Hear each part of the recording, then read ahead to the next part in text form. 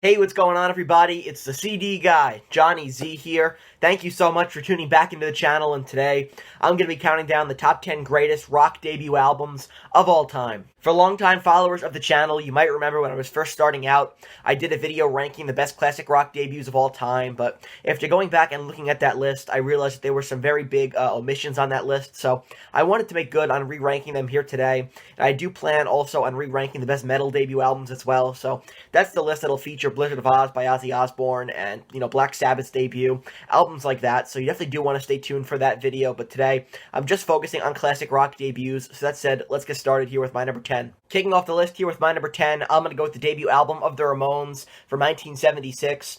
Highly influential and important album here that helped to shine light on the punk rock movement at the time. Despite the fact that this album was not commercially successful at first, it would go down as one of the most influential records of all time here, with incredible tracks on here like Blitzkrieg Bop, Judy is a Punk, Beat on the Brat is fantastic, Havana Affair, and 53rd and 3rd. There are some great tracks on this album. Like I said, it's punk history in the making, highly influential stuff here by the Ramones, and of course you have that iconic album cover as well. Often imitated, never duplicated is this great album cover, and in general here, this album is fantastic. Definitely one of the best in the Ramones catalog, and in my opinion, one of the all-time best punk rock debuts. So coming in at number 10 here, I'm going to go with the Ramones' self-titled debut album.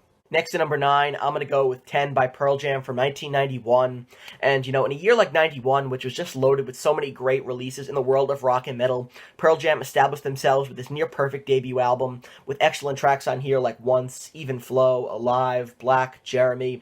Oceans, Porch, Garden is really underrated. One of my all-time favorite Pearl Jam tracks. Release as well to close things out. Just awesome tracks from top to bottom here. Some of Eddie Vedder's best vocal performances as well. Great album, an incredible debut, and one of the essential grunge albums of the 90s here that really helped to propel grunge into the mainstream alongside albums like Nevermind by Nirvana and Dirt by Alice in Chains. Great album here, definitely deserving of a spot on the list. Coming in at number 9, I gotta go with 10 by Pearl Jam from 1991. Following that up here with my number 8, I'm gonna go with the self-titled debut of Led Zeppelin from 1969. And this album was described upon its release as a significant turning point in the evolution of hard rock and heavy metal music, and how could you deny that with tracks on here like Good Times, Bad Times, Dazed and Confused, Black Mountainside, Communication Breakdown as well. This album is fantastic here, and it was just so different for its time. I think a lot of people were caught off guard by how different this album sounded and how much of a polarizing vocalist Robert Plant was at the time, being first exposed to the great instrumentation on this album as well. Fantastic playing by John Paul Jones, Jimmy Page as well, the great drumming by John Bonham. This album is fantastic here. The perfect introduction to the masses to Led Zeppelin upon their debut album. My number 8 here on the list. Gotta go with Self-Titled from 1969. Coming in at number 7, I'm going to go with Are You Experienced by the Jimi Hendrix Experience from 1967. Hands down, one of the most important rock albums of all time, one of the most important debuts, period. Jimi Hendrix making history here, showcasing his innovation for the first time on a studio album, and, I'm not a guitarist, but what I can gather from Jimi Hendrix playing and what made him so innovative as a guitarist is the fact that he was doing stuff that was different for the time, stuff that nobody else was doing at the time as well, so that's what made his playing so groundbreaking for its time, and on this album, you can't doubt there are some incredible tracks on here like Foxy Lady, Manic Depression, Red House, I Don't Live Today, May This Be Love, Fire, and of course Are You Experienced to close things out. Fantastic record here by Jimi Hendrix, history making as well. So coming in at number 7 here, I gotta go with 1967's Are You Experienced. Coming in at number 6, I'm going to go with the international release of High Voltage by ACDC from 1976 here. And, I decided to go with the international release because I think it best combines the best from High Voltage in Australia and Australian TNT to create the best album possible here with awesome tracks like It's a Long Way to the Top If You Want to Rock and Roll, which, in my opinion, is the quintessential ACDC track. Also, you have Rock and Roll Singer, The Jack, Live Wire, which would become a live staple as their live set opener for many years. TNT, Can I Sit Next to You Girl, Little Lover, High Voltage as well, the title track to close things out. It's a great album here from top to bottom. Got some great riffs as well by the Young Brothers, and you can see Angus on the front. Hands down, one of my favorite AC/DC album covers. Super memorable, and it's just as memorable from a musical standpoint as well. Great work here by AC/DC early in their careers, and again, I'm going to go with the international version of High Voltage here for my number 6 because I think it best combines Australian High Voltage and Australian TNT to best convey what early AC/DC sounded like in more of a best-of kind of a way here, but it is the international debut of AC/DC, which is why I'm including it at number 6 here on the list. For 1976, I gotta go with International High Voltage. Breaking into the top 5, which is going to be a very competitive and close together top 5 here, but coming in at number 5, I gotta go with Van Halen's debut record from 1978. Almost a perfect album from top to bottom here. Again, I'm more of a Sammy Hagar guy than a David Lee Roth guy, but you can't deny that early Van Halen was fantastic, and this debut does best exemplify that, in my opinion, with awesome tracks like Running with the Devil, Eruption, which really shows what Eddie Van Halen can do on guitar. You Really Got Me, great cover there. Ain't Talking About Love, Jamie's Crying is one of my all-time favorite Van Halen tracks as well.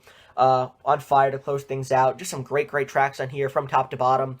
David Lee Roth sounds really solid here on lead vocals, even though I prefer Sammy Hagar's vocals. David Lee Roth does a pretty good job here.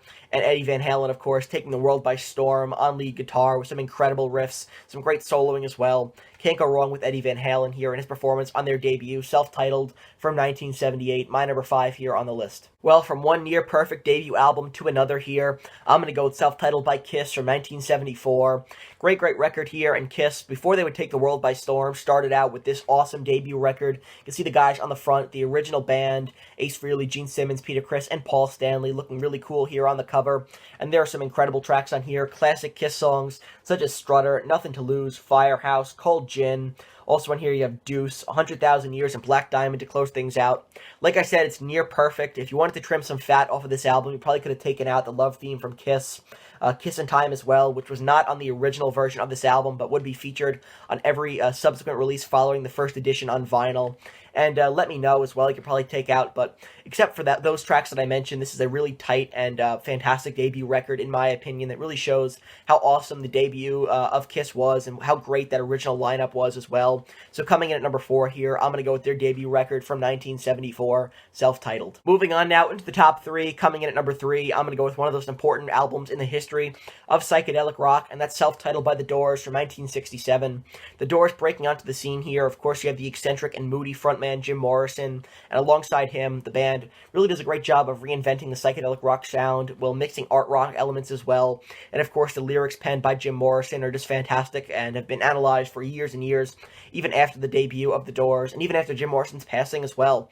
Hands down, one of the best rock frontmen, and definitely one of the best lyricists in addition to that, who definitely made his presence felt immediately on the debut album of The Doors, with great tracks on here like Break On Through to the Other Side, Soul Kitchen, The Crystal Ship, 20th Century Fox, Alabama Song Whiskey Bar, Light My Fire, Backdoor Man, End of the Night, The End as well to close things out. Produced by Paul Rothchild, it's an incredible debut record, full of classics, and there's no secret why. Just about half this album, maybe more, is played on classic rock radio every day, because this album is stellar, it's fantastic, and one of the most important in the history of psychedelic rock. So coming in at number 3 here, kicking us off in the top 3, I gotta go with The Doors' debut record here from 1967. My pick for number 2 is another one of the most important rock debuts of all time here, and dare I say, a genre-defining record that's In the Court of the Crimson King by King Crimson from 1969, the album that helped to define progressive rock and helped to really put prog rock on the map, I should say here.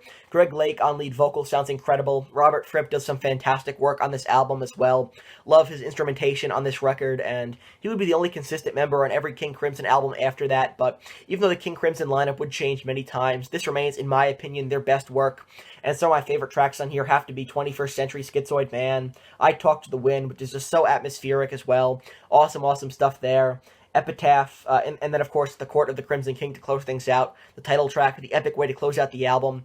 Awesome stuff, and it was so different for the time as well, and really did help to put prog rock on the map, like I said, so it definitely deserves a spot in the top 3. Coming in at number 2 here, I'm going to go with In the Court of the Crimson King, a groundbreaking, history-making album from 1969 by prog rock legends King Crimson. Before I get to my number 1, I do have a handful of honorable mentions here, so I want to give some special recognition out to My Generation by The Who, Please Please Me by The Beatles, Pretty Hate Machine by Nine Inch Nails, Pronounced Leonard Skinner by Leonard Skinner, and Boston's self-titled debut album as well. All fantastic rock debuts, but I can only fit 10 on the list here today. And finally, coming in at number 1 here, in my opinion, the best rock debut of all time.